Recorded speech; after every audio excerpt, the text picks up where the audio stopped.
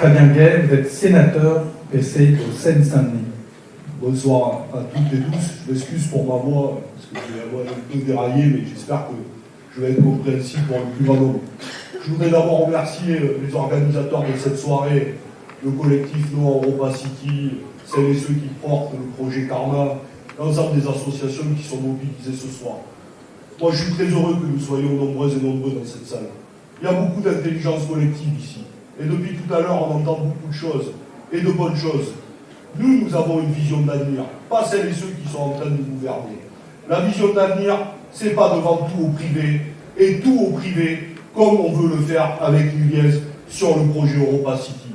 La vision d'avenir, c'est celles et ceux qui sont ce soir-là et qui sont en train de projeter autre chose, de construire un autre avenir pour la France, pour l'Europe et dans le monde. Quand on parle d'une question fondamentale d'avenir, on parlait tout à l'heure de souveraineté alimentaire, nous avons des terres agricoles très fertiles.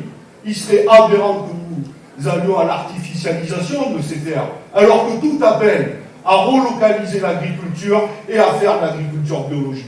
Donc c'est fondamentalement un projet fou. C'est aussi un projet fou socialement et économiquement.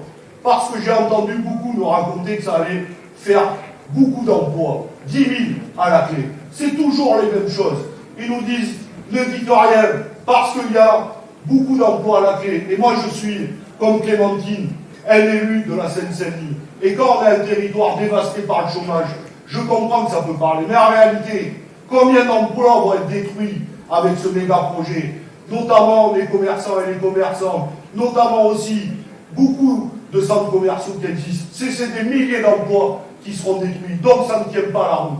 Donc il faut inventer autre chose, il faut le construire, tout part de nous. Il y a besoin d'un moratoire sur l'artificialisation des sols. Il y a aussi besoin de dire stop dans ce parti de la région. Il faut arrêter tous les projets, et il faut concerter. Il y a quand même un scandale dont personne ne parle. Le Charles de Gaulle Express se traîne pour les riches alors que tous les jours on galère dans le RER. Il est en train de se construire. Et j'étais avec des élus, notamment la maire de Lucie-Marie-Charlotte, qui a arrêté avec beaucoup d'élus dans leur grande diversité. Et qu'est-ce qu'on nous a répondu alors que en ce moment même, le préfet de région est en pleine concertation, on était plusieurs dizaines mobilisés et on nous a envoyé les CRS pour nous faire taire. C'est pas comme ça qu'il faut faire. Il y a aussi le projet Terminal 4. C'est 40 millions de passagers par an qui vont arriver. Et en plus, ce même gouvernement veut privatiser ADP pour le remettre dans les mains de Vinci. Non, nos territoires ne doivent pas aller tout pour les intérêts financiers. D'un côté, la famille Guliès et de l'autre côté, Vinci. Non, en France, tout n'est pas à vendre. Et je finirai par vous dire quelque chose. Ce même gouvernement qui dit, la main sur le cœur, make your planète italienne, désolé, je ne parle pas bien anglais, qui va à l'ONU pour se faire remettre des médailles par je ne sais qui. Ce même gouvernement qui va accepter ce projet fou et qui est en train de tout liquider, de tout privatiser, c'est le même qui autorise